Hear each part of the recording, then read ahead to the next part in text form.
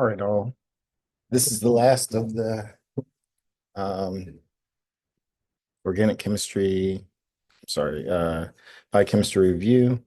I'm actually at Georgetown University Hospital, now dealing with some family drama. So this will be asynchronous.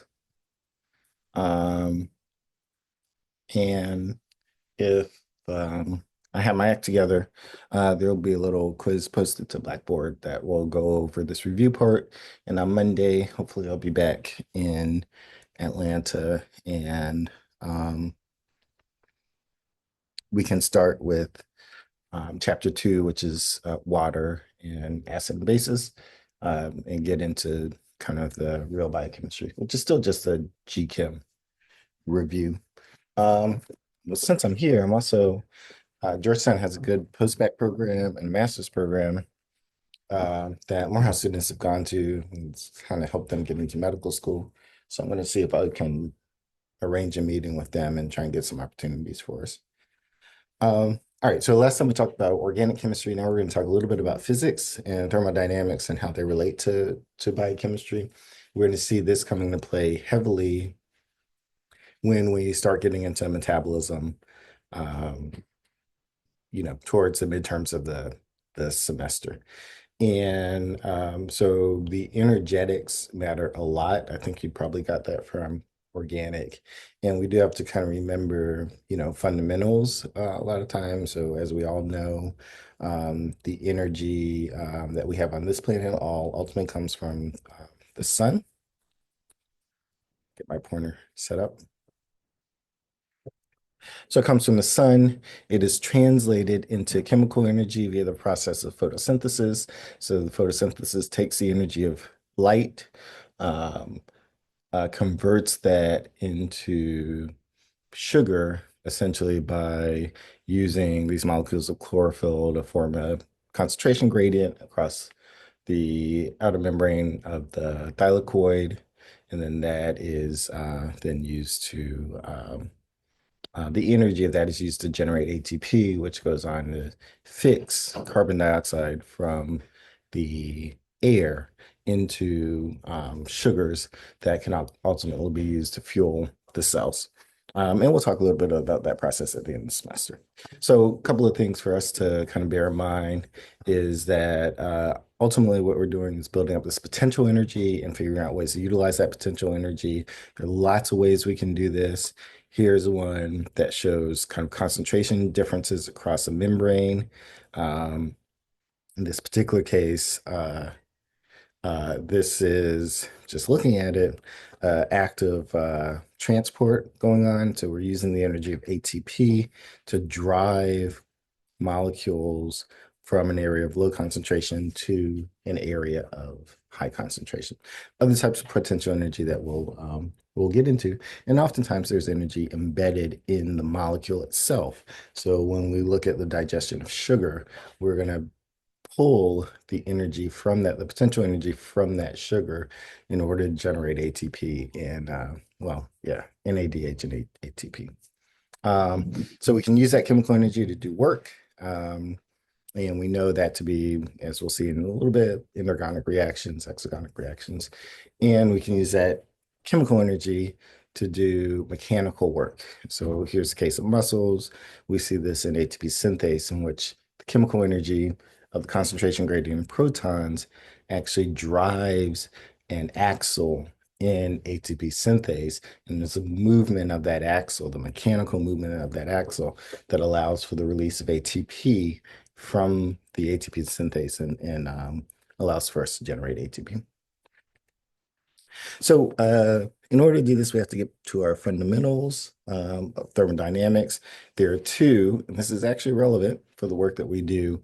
The first law of thermodynamics and the second law of thermodynamics. First law says simply that we cannot create energy. And so the only thing we can do is convert energy from one form to another. So all the energy in the universe is fixed or in a system, and that we can simply convert energy from one form to another. That's the thermodynamics. We can change that energy. The second law has a couple of different kind of implications, but um, you know, second law says that every time we do one of these chemical conversions, there is some of that energy that is not usable. Um, and so you can't make any new energy, you simply convert it, but every time you do, there's some unusable energy that's there, and we call that entropy. That could be friction, it could be a lot of things. But the total energy is still the same, but the unusable energy kind of increases. As a result, if you do multiple energy transformations, then ultimately you're going to build up all um, unusable energy, and you won't have energy that's available to do work. In kind of layman's terms, we would say that that is what the universe goes towards chaos, right? What that means is simply that as the universe does what it does, ultimately, there will be a point in time in which there will be no energy available to do work. Everything but unusable energy, we call that equilibrium, and then at that point, the universe dies, right? Um, all right, that's where we say, universe moves towards chaos. This is what we mean by that.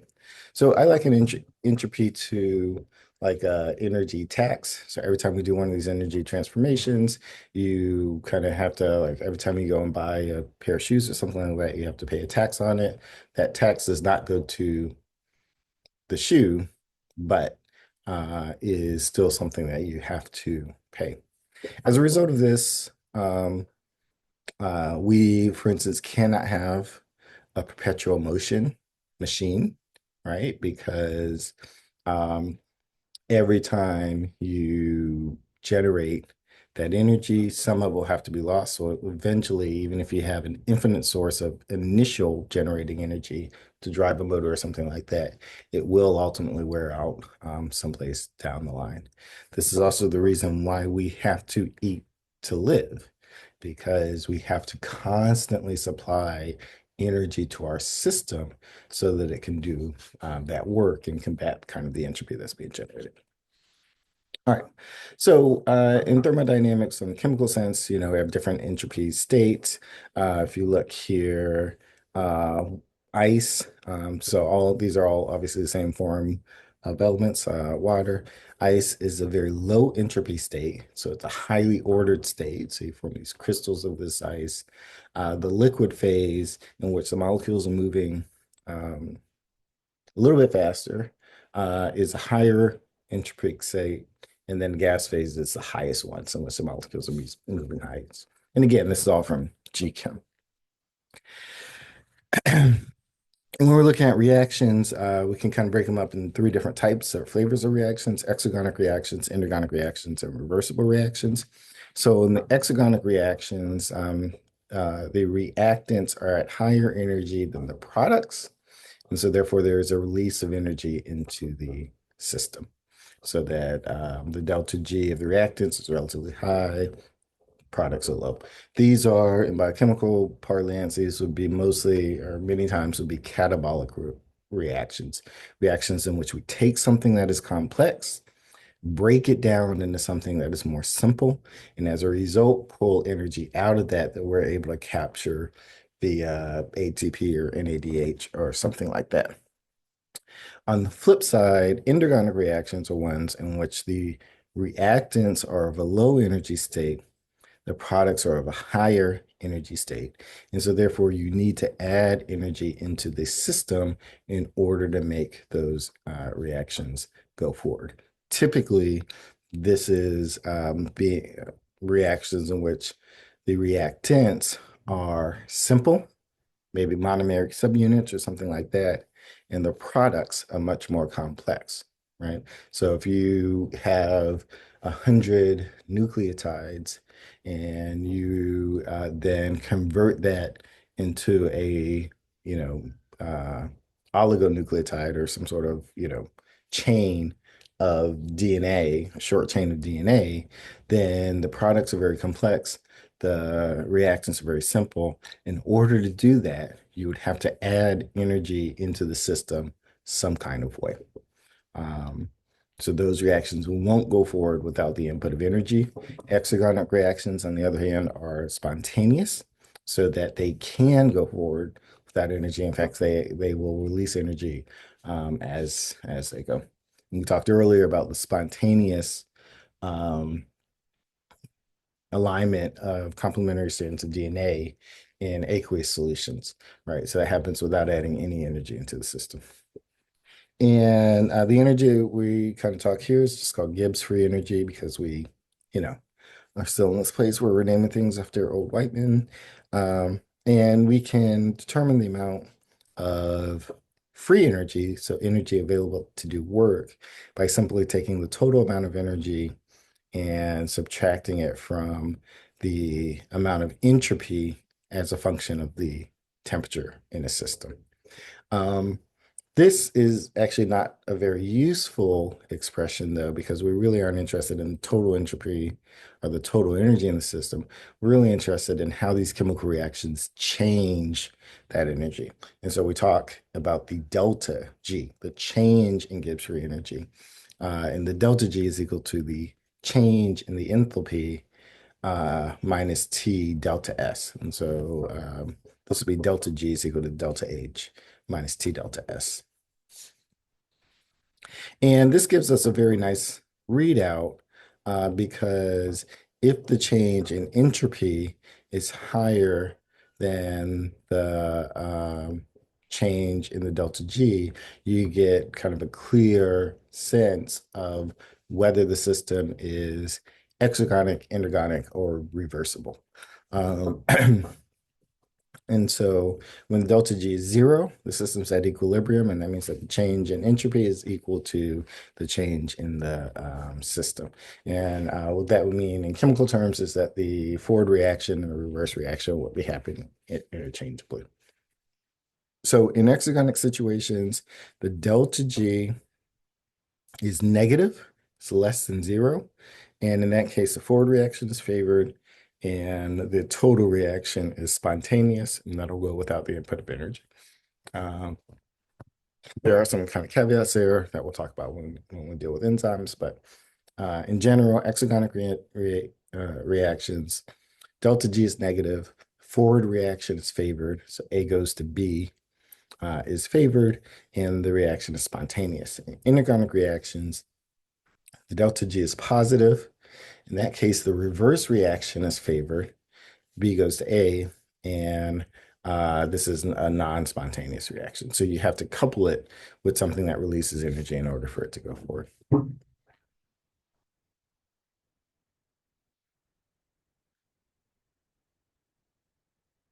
Um, in biochemical terms, this is actually kind of an important concept to get. So hopefully you'll think through this a little bit. We kind of look in well, I think in chemistry terms, you look at the standard free energy, which is delta G prime. I mean delta G with this little degree symbol on it. We actually look at the biochemical standard free energy, which is a little bit different. I'll talk about it in a little bit. But by using the standard free energy, it helps us obviously kind of eliminate variances in the external conditions that would affect the influence or results of the reaction. So obviously, if you have a situation where you have a high degree of pressure, it's going to change the delta G's of that system. So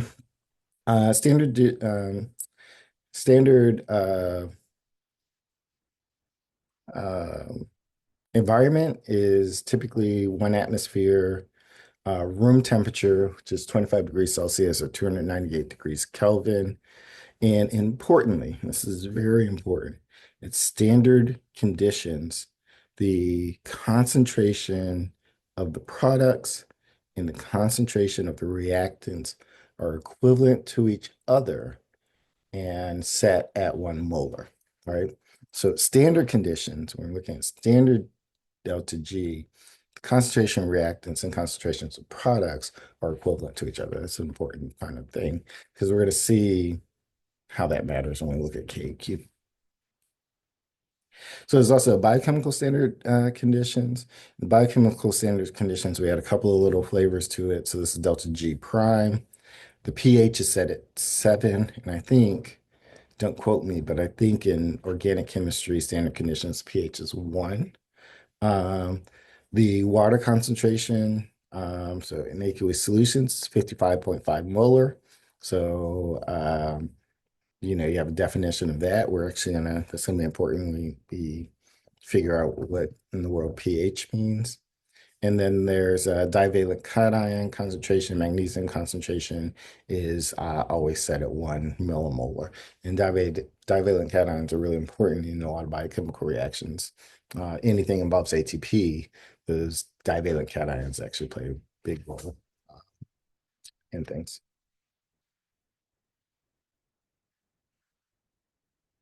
Mhm. So again, if we're looking at this reaction of A goes to B, when they're in equilibrium, the delta G is 0. And the forward and reverse reactions are equivalent. And then the concentration of the products in reactants are the equivalent as well. Um, we can also define another concept, the KEQ. And so the KEQ is, hey, when the delta G is 0, what is the concentration of products and reactants that result? So remember, you can set the standard delta G to say that when the concentration of products and reactants are equivalent to each other, what is the energy that pushes that reaction in one direction or the other, right? So here we're kind of flipping that and we're saying, well, what if we make the energy 0 in a chemical reaction? What do we look and see is the concentration of the products in reactants? And so the kind of classic example here is glucose 1 phosphate to glucose 6 phosphate. If you remember from organic chemistry, glucose 1 phosphate simply means that this is a glucose molecule that's shown here, and the phosphate is attached to carbon number 1. This will spontaneously isomerize to glucose 6 phosphate. And so here you can see same glucose molecule, but the phosphate is attached to carbon number 6. So these are isomers of each other, right? If you look, the chemical formula for glucose 6 phosphate and glucose 1 phosphate are the same. The only difference is the position of the carbon at which that phosphate is attached. And so if I went to Dr. Lawrence and asked him to make me a batch of 100% glucose 1 phosphate, he could do that. And then if I set that out and didn't get to it over the course of the weekend or something like that, and I went to analyze that batch of 100% glucose 1 phosphate, I would find that I would have a vial of 95% glucose phosphate and only 5% glucose 1 phosphate. And if I was like, hey, well, that's odd.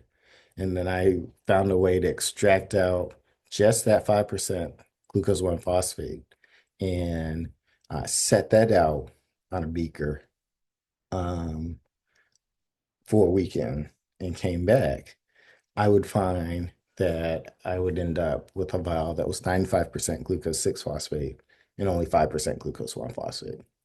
Right? And so what's happening there is that this reaction goes to equilibrium.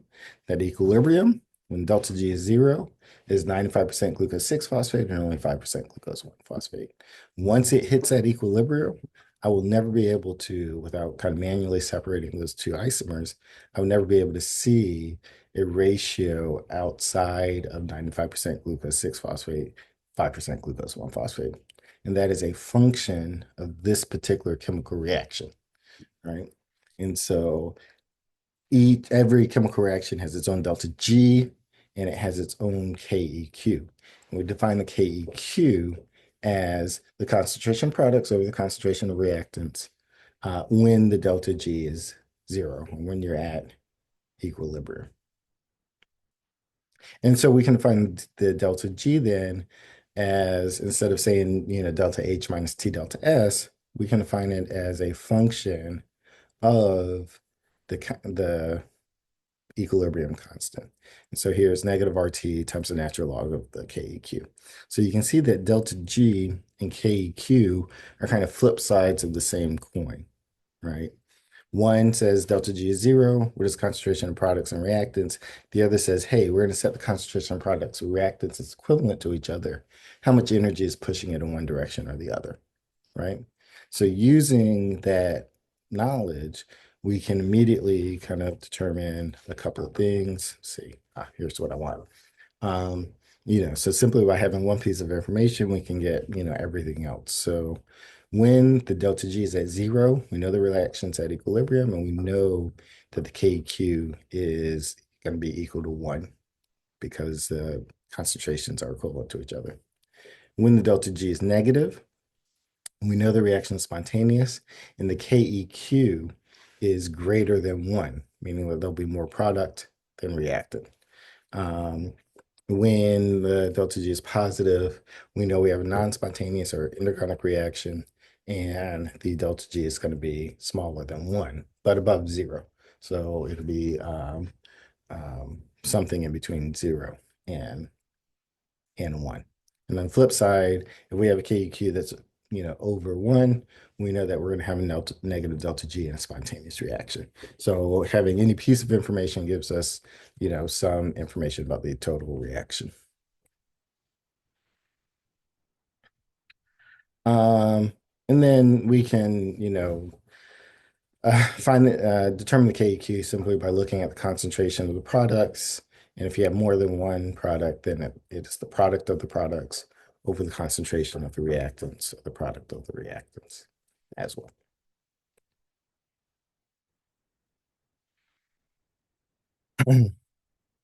So that kind of is important. We're going to be looking a lot at delta G and the impact of delta G on reactions, and in many ways, how the body is able to circumvent some of the constraints of the delta G in standard conditions in order to get what it wants, which is processing of uh, high energy molecule and something that it can extract energy um, out outside of.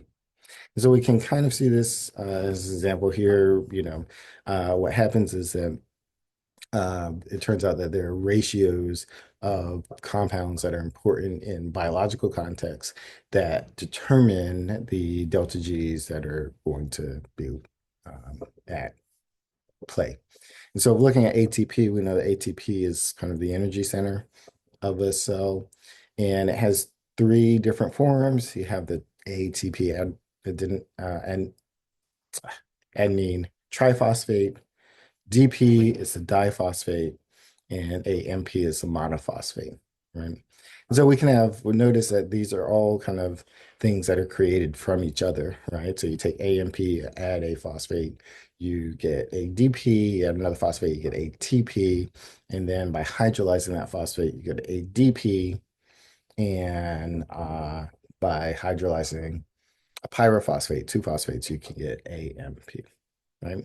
And so we know that the ATP needs to be available for the cell to do work, and that as you increase the concentration, or the cell does work, you're going to increase the concentration of ADP in the cell until it gets reconverted back to ATP.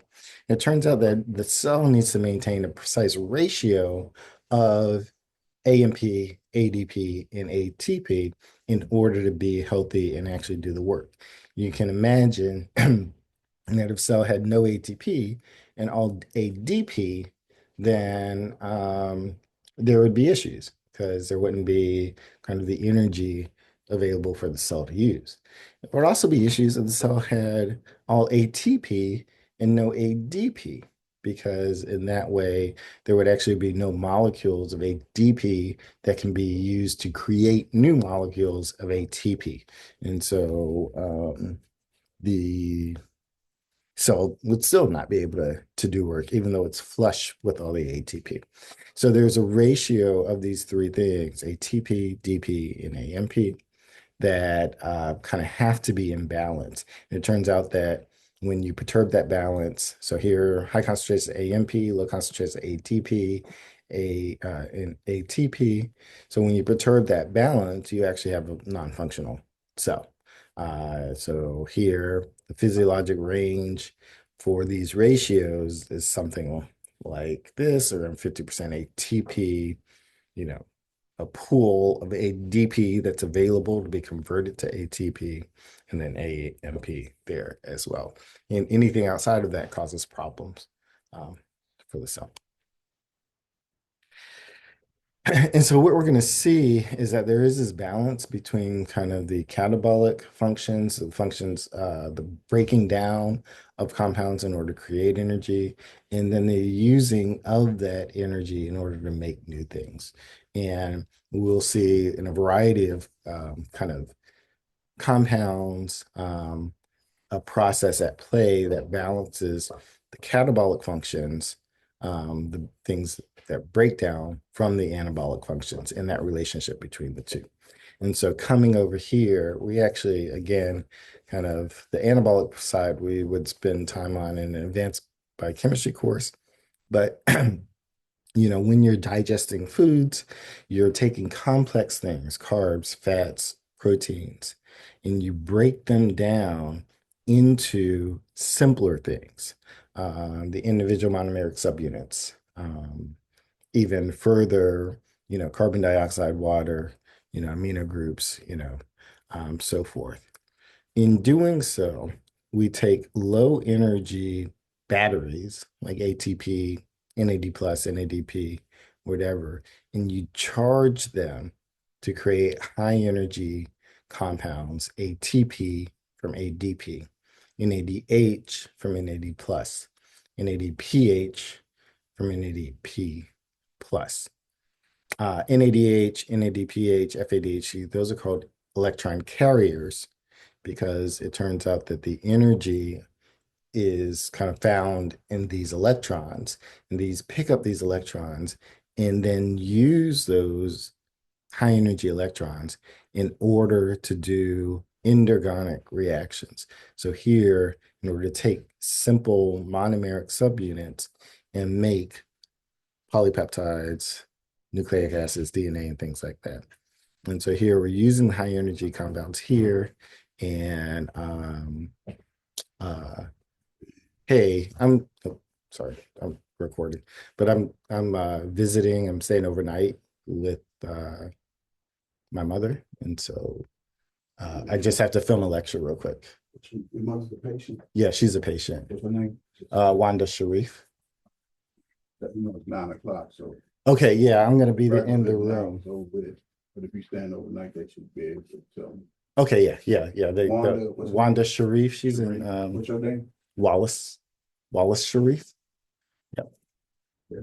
Yeah, I'll be in there in a second. I just had a lecture.